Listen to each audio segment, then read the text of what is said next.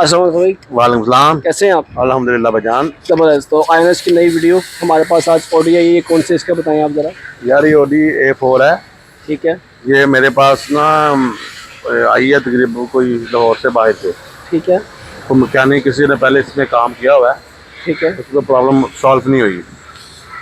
इसके इंजन के अंदर इश्यू है, एक तो स्टार्ट नहीं थी, एक इंजन की आवाज़ आ रही थी। अच्छा। किसी मैकेनिक ने पहले भी खोल के चेक इंजन किया मगर प्रॉपरली काम नहीं हो सका उससे।